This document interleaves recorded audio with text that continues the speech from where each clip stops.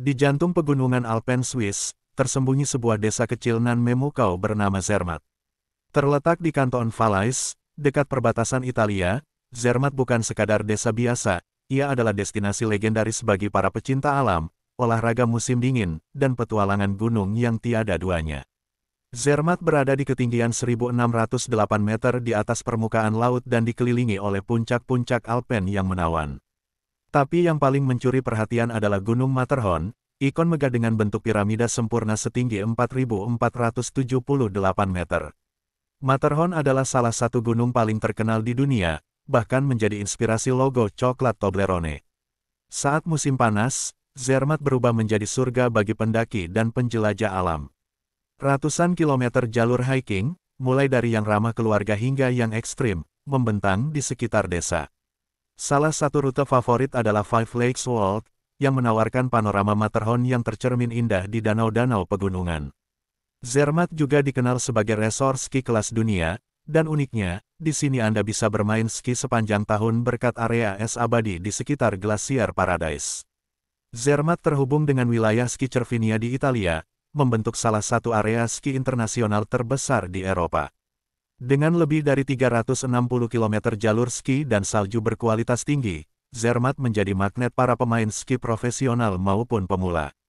Sistem gondola dan kereta gantung di sini sangat modern dan ramah lingkungan. Salah satu hal paling unik dari Zermatt adalah kebijakan bebas mobil berbahan bakar fosil. Kendaraan bermesin bensin atau diesel dilarang masuk. Sebagai gantinya, warga dan wisatawan menggunakan mobil listrik kecil, sepeda, atau berjalan kaki. Atmosfer desa pun terasa tenang dan damai, dengan rumah-rumah kayu tradisional khas Alpen, toko-toko lokal, restoran fondue, dan penginapan bergaya chalet yang menghangatkan suasana. Meski berorientasi pada pariwisata modern, Zermatt tetap mempertahankan identitas budaya lokal Swiss. Anda bisa mengunjungi Matterhorn Museum, yang menampilkan sejarah penaklukan Matterhorn pertama pada tahun 1865, ekspedisi yang berakhir tragis namun bersejarah. Kuliner lokal seperti raclette, fondue, dan rosti menjadi sajian wajib di banyak restoran dan kafe di desa. Anda juga dapat mencicipi keju-keju lokal, coklat khas Swiss, serta anggur Valais yang terkenal. Untuk mencapai Zermatt, wisatawan harus naik kereta dari kota-kota seperti Tas atau Visep, karena mobil pribadi dilarang. Perjalanan dengan kereta api Glacier Express menuju Zermatt disebut sebagai salah satu perjalanan kereta terindah di dunia, melintasi jembatan tinggi dan terowongan gunung dengan panorama spektakuler. Zermatt bukan hanya tentang ski dan hiking, ia adalah tempat untuk menyatu dengan alam, menghirup udara segar pegunungan, dan merasakan keajaiban hidup dalam harmoni dengan lingkungan. Apakah Anda petualang berpengalaman atau hanya ingin rehat dari hiruk-pikuk kota? Zermatt adalah destinasi yang akan meninggalkan jejak abadi dalam jiwa Anda. Di balik keindahan alam dan ketenangan desa Zermatt, tersimpan berbagai fakta menarik yang menjadikan tempat ini benar-benar luar biasa dan berbeda dari destinasi wisata lain di dunia. Bentuk sempurna seperti piramida alami membuat Matterhorn menjadi gunung paling difoto di dunia. Pendakian pertama pada tahun 1865 oleh Edward Whymper berakhir tragis dengan 4 dari 7 pendaki tewas saat turun. Matterhorn menginspirasi logo coklat Toblerone, bahkan jika Anda perhatikan, terdapat gambar siluet Matterhorn di dalam logo. Zermatt telah melarang kendaraan bermesin bensin atau diesel sejak awal tahun 1960-an untuk menjaga udara tetap bersih dan lingkungan tetap alami. Satu-satunya kendaraan yang diperbolehkan adalah taksi listrik, kereta kecil, dan kendaraan darurat berbahan listrik. Di tengah salju dan cuaca ekstrim, Zermatt menyediakan jaringan terowongan bawah tanah yang menghubungkan hotel, lift ski, dan tempat umum agar pejalan kaki tetap nyaman. Zermatt merupakan salah satu dari sedikit tempat di dunia di mana Anda bisa bermain ski setiap bulan, bahkan di musim panas, berkat gletser abadi di area Klein Matterhorn. Area ski tertingginya berada di ketinggian 3.883 meter, menjadikannya yang tertinggi di Eropa. Di dalam gletser dekat Klein Matterhorn, terdapat Glacier Palace, sebuah atraksi unik berupa lorong dan ruang-ruang pahatan es yang diterangi cahaya biru lembut, dengan suhu konstan sekitar -3 derajat C. Penelitian ilmiah menemukan bahwa Matterhorn memancarkan getaran mikro yang bisa dianggap seperti suara alami gunung. Getaran ini tidak terdengar oleh telinga manusia, tapi bisa direkam oleh sensor. Kereta Glacier Express yang menghubungkan Zermatt dengan St. Moritz disebut sebagai kereta paling lambat di dunia, 8 jam perjalanan tapi juga paling indah. Penumpang disuguhi pemandangan ngarai, pegunungan, jembatan batu, dan desa-desa tradisional Swiss. Di Zermatt, Anda bisa melihat rumah-rumah kayu tradisional yang dibangun sejak abad ke-16. Banyak dari rumah ini masih dihuni dan dirawat dengan baik, menampilkan arsitektur khas Alpen Swiss. Bahasa utama di Zermatt adalah Jerman Swiss, tapi warga lokal sering menggunakan dialek Valais, yang terdengar sangat berbeda dan unik dibanding Jerman standar. Meskipun kecil, Zermatt memiliki jumlah hotel mewah bintang 5 yang sangat tinggi, menjadikannya favorit wisatawan elit dari seluruh dunia. Salah satu daya tarik paling dicari wisatawan adalah matahari terbit di Matterhorn, yang menciptakan efek golden glow saat sinar pagi menyentuh puncaknya. Momen ini bahkan disebut sebagai The Golden Horn. Zermatt telah menjadi tempat liburan rahasia bagi banyak selebriti dan bangsawan dunia. Beberapa nama besar seperti keluarga kerajaan Inggris, Brad Pitt, dan Madonna diketahui pernah mengunjungi desa ini secara diam-diam. Setiap sudut Zermatt menyimpan cerita, setiap langkah di jalurnya menawarkan petualangan, dan setiap hembusan udara dinginnya membawa kedamaian yang sulit dijelaskan. Keunikan desa ini bukan hanya pada pemandangannya, tapi pada filosofi hidup yang selaras dengan alam, sejarah yang kuat, dan cara masyarakat menjaga warisan mereka dengan cinta. Zermatt memang terlihat seperti desa dalam dongeng, rumah kayu kuno yang menawan, puncak Matterhorn yang menjulang megah, dan jalanan bersih tanpa mobil. Tapi di balik pesonanya yang nyaris sempurna, kehidupan sehari-hari di Zermatt menyimpan dinamika khas desa pegunungan yang tidak selalu mudah, namun sangat menarik untuk dipahami. Penduduk asli Zermatt, yang jumlahnya sekitar 5.000 jiwa, hidup dengan ketangguhan khas masyarakat pegunungan. Musim dingin yang ekstrim, cuaca yang tak menentu, serta akses terbatas karena tidak adanya mobil, membuat mereka terbiasa hidup mandiri, terorganisir, dan penuh disiplin. Banyak dari mereka menjalani pekerjaan musiman, terutama di sektor pariwisata seperti pengelolaan hotel, restoran, pemandu ski, dan transportasi logistik lokal. Namun, masih ada pula yang memelihara tradisi bertani, beternak sapi gunung, dan membuat keju lokal di lembah-lembah sekitar. Zermatt dikenal sebagai salah satu desa dengan biaya hidup tertinggi di Swiss. Harga makanan, properti, dan jasa bisa sangat mahal karena lokasinya yang terpencil, popularitas globalnya, serta ketergantungan pada pengiriman barang lewat kereta atau helikopter. Lahan untuk pembangunan juga terbatas, sehingga sebagian besar warga tinggal di rumah yang diwariskan turun-temurun. Warga pendatang yang bekerja musiman biasanya tinggal di asrama atau apartemen kecil milik pengusaha lokal.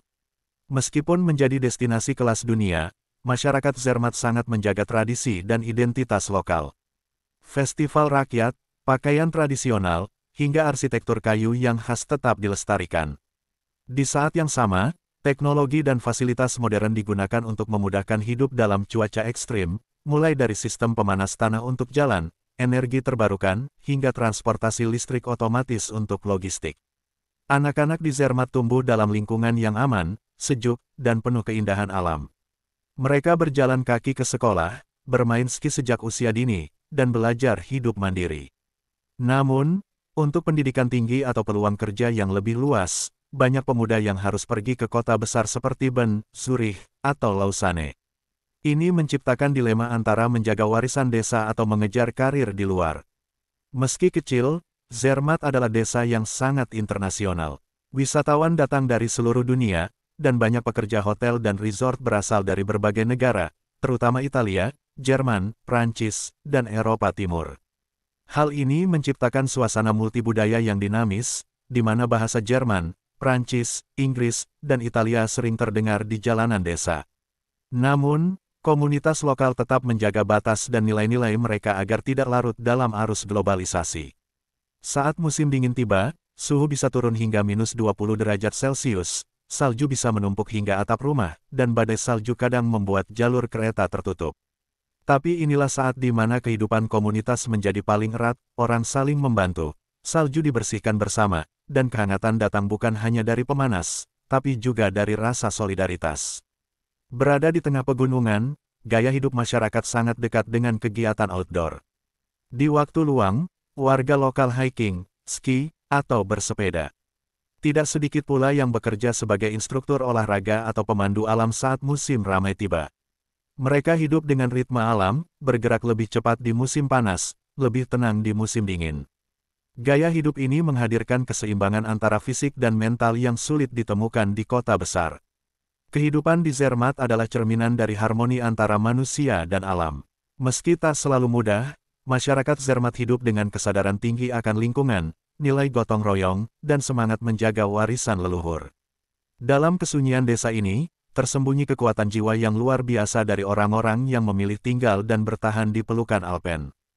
Zermatt mungkin dikenal dunia sebagai destinasi mewah di pegunungan Alpen, tapi seperti tempat lain di dunia, desa ini juga memiliki sisi-sisi tersembunyi yang kadang tak terlihat oleh mata turis. Sisi lain inilah yang membuat Zermatt bukan hanya menarik, tapi juga manusiawi dan nyata. Pariwisata adalah tulang punggung ekonomi Zermatt.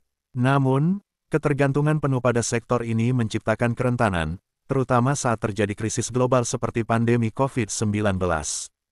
Hotel, restoran, dan jalur ski bisa tutup total, membuat banyak pekerja kehilangan penghasilan. Desa ini terus mencari jalan untuk menyeimbangkan pariwisata dan keberlanjutan, misalnya dengan mendorong kegiatan ekowisata dan memperluas peluang di bidang pertanian lokal dan energi terbarukan. Di balik keindahan dan kemewahan resor-resor bintang 5, terdapat realitas sosial yang berlapis. Pekerja musiman dari luar negeri sering tinggal di akomodasi sempit, bekerja dalam shift panjang, dan jarang menikmati keindahan tempat yang mereka bantu rawat. Sebaliknya, pemilik properti dan bisnis besar memperoleh keuntungan besar dari wisata kelas atas. Ini menciptakan jurang kesejahteraan yang halus namun nyata di komunitas kecil ini.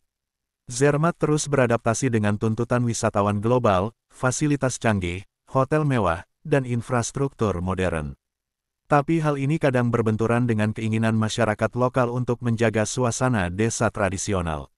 Contohnya, pembangunan hotel besar bisa membayangi rumah-rumah tua, atau membebani pasokan energi. Pemerintah lokal dan warga kerap terlibat dalam diskusi sengit mengenai batas perkembangan yang dianggap masuk akal. Tinggal di kaki gunung yang terkenal indah berarti juga hidup di bawah bayang-bayang risiko alam. Zermatt rawan longsor salju, avalanche, pergeseran tanah, serta perubahan iklim yang mengikis gletser. Perubahan suhu global juga mulai terlihat nyata, es di sekitar Matterhorn mencair, memengaruhi ekosistem lokal dan jalur pendakian. Para ilmuwan Swiss bekerja keras memantau perubahan ini, sementara masyarakat harus terus beradaptasi. Generasi muda Zermatt mulai mengalami pergeseran nilai dan orientasi hidup. Banyak dari mereka tertarik pada teknologi, pendidikan tinggi, atau bekerja di kota besar. Hal ini menimbulkan kekhawatiran akan hilangnya generasi masyarakat lokal dan berkurangnya pelestari budaya setempat. Namun, sebagian pemuda kini mulai kembali ke desa dengan ide-ide baru, membuka usaha ramah lingkungan, membuat konten wisata digital, atau mengelola homestay yang mengangkat kearifan lokal.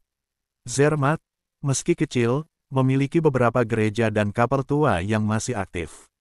Agama Katolik dan Protestan adalah bagian dari identitas spiritual masyarakat lokal. Namun, kehidupan religius tidak terlalu mencolok, lebih bersifat pribadi dan meditatif, selaras dengan alam sekitar. Banyak warga juga menghayati spiritualitas melalui alam, pegunungan sebagai tempat perenungan, hutan sebagai ruang doa, dan hiking sebagai bentuk kontemplasi. Ironisnya, meskipun Zermatt adalah kebanggaan nasional, banyak warga Swiss tidak pernah mengunjunginya karena dianggap terlalu mahal. Harga hotel, makanan, dan tiket ski seringkali lebih terjangkau bagi wisatawan asing berkantong tebal daripada penduduk lokal Swiss dari kota-kota lain. Inilah salah satu sisi gelap dari globalisasi pariwisata, tempat yang seharusnya milik semua rakyat malah lebih mudah dinikmati oleh orang luar. Zermatt bukan hanya tempat yang indah, ia adalah desa yang hidup, bertumbuh, dan berjuang. Di balik hamparan salju putih dan cahaya matahari di puncak Matterhorn, ada kisah perjuangan masyarakat kecil menjaga harmoni antara pariwisata dan tradisi, antara ekonomi dan ekologi, antara mimpi dan realita. Mengetahui sisi lain Zermatt bukan untuk mengurangi keindahannya, tapi untuk menghargainya dengan lebih utuh dan manusiawi.